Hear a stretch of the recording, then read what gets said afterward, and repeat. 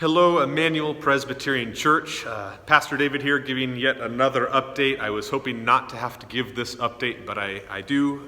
The session met last night. It's Wednesday morning currently. And the session, our elders of our church met last night and wisely and painfully and through deliberation and prayer, the session voted to close our campus back down. Because our county has moved from the red tier, which is way less restrictive, back into the purple tier due to our COVID numbers in our county, the session found it prudent and wise to mimic that and close our campus back down. What that means practically is we will go back to full online worship and providing all of our programming online. I know that is a bummer. It's hard to hear. We were really looking forward to progressing in our reopening. In fact, I won't show you now because it's not as exciting when we can't be here, but the sanctuary is currently set up. I'm looking at the chairs set up in a way where we can actually meet indoors because that's the trajectory we were headed. But of course, the COVID numbers have gone the opposite direction. And because of that, the county has put us back into red, and understandably so. And so the session, in our phases of reopening, from day one, we've had phase 1, 2, and 3. And phase 1 is while the county is in purple, we remain remote for all of our programming. And so I know this is hard news, and it's heavy news, and it's not what any one of us wanted. Some of us expected it, kind of knew in these colder months, and as the holidays would come, and we would gather in our homes and trick-or-treat and all that stuff, that there would be spikes. And the reality is our worship is not the same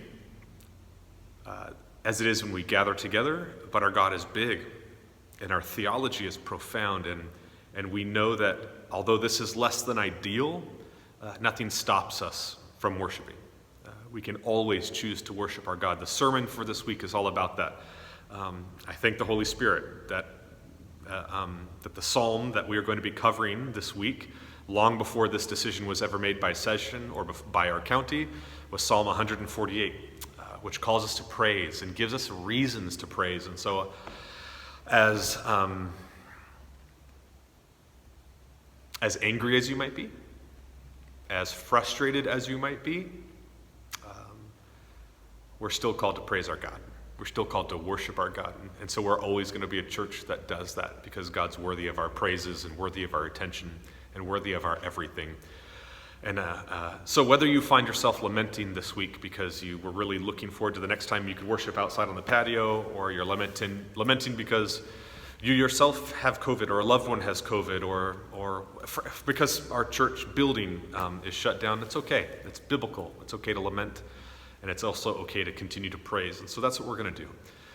Continue to look for information by the session, by myself, from the reopening task force as we communicate what is and is not available. But for now, we will continue to meet online until we go back to the red tier. And once we're back in the red tier for our county, I can't wait to show you what the sanctuary looks like as we do anticipate being able to provide safe, masked indoor worship in the future. And so let's continue to pray. Let's continue to be passionate about our worship. Let's continue to be the church, whether it's in our home or online or over Zoom, whether it's at our work or in our community or in our schools, in retirement or with our grandkids. God never calls us to stop being the church. We're still plan A for this world, for the witness to this world. And so join me as we continue to be faithful. Take care, Emmanuel. Stay faithful. I look forward to seeing you again. Take care.